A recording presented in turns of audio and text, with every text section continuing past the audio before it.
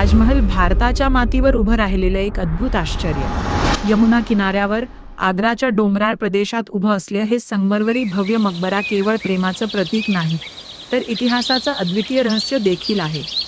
1630 मध्ये शहाजहानने आपल्या पत्नी मुमताज महलच्या स्मरणार्थ बांधायला सुरू केलेला हा मकबरा तब्बल 2 दशके 2 वर्षांत पूर्ण झाला।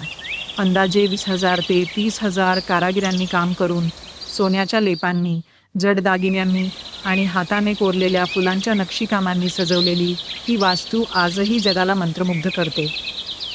रुंदी सुमारे 56 मीटर, लांबी 73 मीटर आणि उंची 73 मीटर असलेली ही इमारत सूर्यप्रकाशात चमकताना जणू काही इतिहास आपल्यासमोर उभा राहतो। विचार करा, एवढा भव्य आणि सुंदर ताजमहल फक्त प्रेमासाठी का, की त्यामागे अजून काही गुपित दडलेलं आहे?